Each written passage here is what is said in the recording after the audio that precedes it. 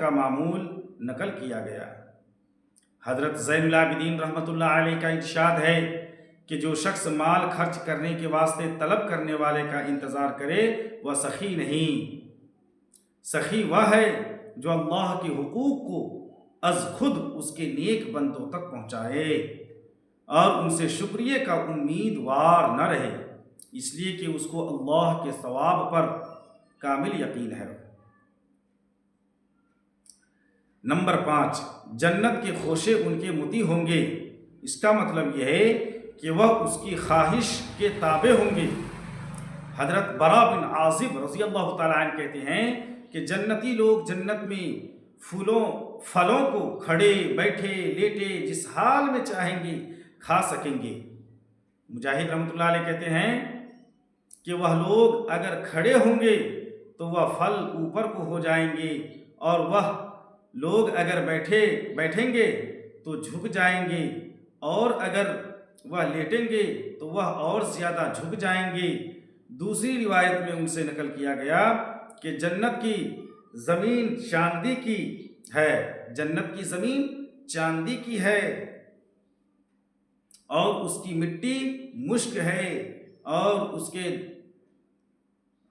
उसके दरख्तों की जड़ें सोने की हैं, और उनकी टहनियाँ और पत्ते मोतियों के और ज़बरजद के हैं, जिनके दरमियान फल लटके हुए हैं। अगर वह खड़े हुए खाना चाहेंगे तो कोई दिक्कत नहीं, बैठकर या लेटकर खाना चाहेंगे तो वह उसकी बकद्र झुक जाएंगे। नंबर 6, चांदी के शीशों का मतलब यह है कि चांदी से ऐसे बनाए जाएंगे जैसा कि शीशा होता है। हज़रत इब्न अब्बास रज़ी अल्लाह ताला अन्हु फरमाते हैं कि अगर दुनिया में तो चांदी को लेकर इस कदर बारीक करे कि मक्खी के पर के बराबर बारीक कर दे, जब भी उसके अंदर का पानी नजर न आएगा, लेकिन जन्नत के आजोरे चांदी के होकर शीशे की तरह साफ होंगे। दूसरी रिवायत में है कि जन्नत की हर चीज का नमूना दुनिया में है, लेकिन चांदी के ऐसे आजोरों का नमूना दुनिया में नहीं है। कतादा रज़ी अल्लाह ताला अन्हु कहते हैं कि अगर सारी दुनिया के आदमी जमा होकर चांदी का ऐसा बर्तन बना दे जिसमें शीशे की तरह से अंदर की चीज नजर आए, तो नहीं बना सकते। हजरत इब्न अब्बास रज़ी अल्लाह ताला अन्हु की एक रिवायत से मालूम होता है कि इन आयात का शान नुज़ूल हजरत अली रज़ी अल्लाह ताला अन्हु और हजरत फातिमा रज़ी अल्लाह ताला अन्हा का एक वाक़या है, जो इसी रिसाले की ख़त्म पर हिकायात में नंबर 41 पर आ रहा है। और मुतअद्दिद वाक़यात का किसी आयत का शान नुज़ूल होना कोई मुस्तबिल बात नहीं। बसा औक़ात ऐसा हुआ है कि एक ज़माने में चंद वाक़यात पेश आए, उसी ज़माना में कोई आयत शरीफ़ा नाज़िल हुई, तो वह आयत शरीफ़ा सब वाक़यात के मुतअल्लिक़ हो सकती है। क़द अफ़लह मन तज़क्का व ज़करा अस्म रब्बिही फ़सल्ला बल तुक़सिरून हयात दुनिया वल आखिरतु खैरुन व अबक़ा। बामुराद हो गया वह शख्स जो पाक हो गया और अपने रब का नाम लेता रहा और नमाज पढ़ता रहा, बल्कि तुम लोग तो दुनिया की ज़िंदगी को मुक़द्दम रखते हो, हालांकि आखिरत दुनिया से बहुत ज़्यादा बेहतर और हमेशा रहने वाली चीज़ है। भाइयों, दोस्तों और बुजुर्गों, अल्लाह तबारक व तआला से दुआ कीजिए कि अल्लाह तबारक व तआला हमें भी और आपको भी और तमाम सुनने वाले साथियों को भी इस हदीस पर अमल की तौफीक अता फ़रमाए। अगर ये हदीस आप तमाम साथियों को अच्छी लगे तो आप लोगों से गुजारिश है कि अमल कीजिए और मस्जिद को आबाद कीजिए। साथ ही ये हमारा ये चैनल है नूरी 777 के नाम से, आप इनको ज़रूर सब्सक्राइब कर लीजिएगा और साथ ही बेल आइटम का घंटी बजा दीजिएगा, ताकि हमारी तमाम नई वीडियो आप तक पहुंचते रहे और आप उनको सुनते रहें। कमेंट करके बताएंगे कि यह हदीस आपको कैसा लगा। शुक्रिया। अस्सलामु अलैकुम वरहमतुल्लाहि वबरकातुहू।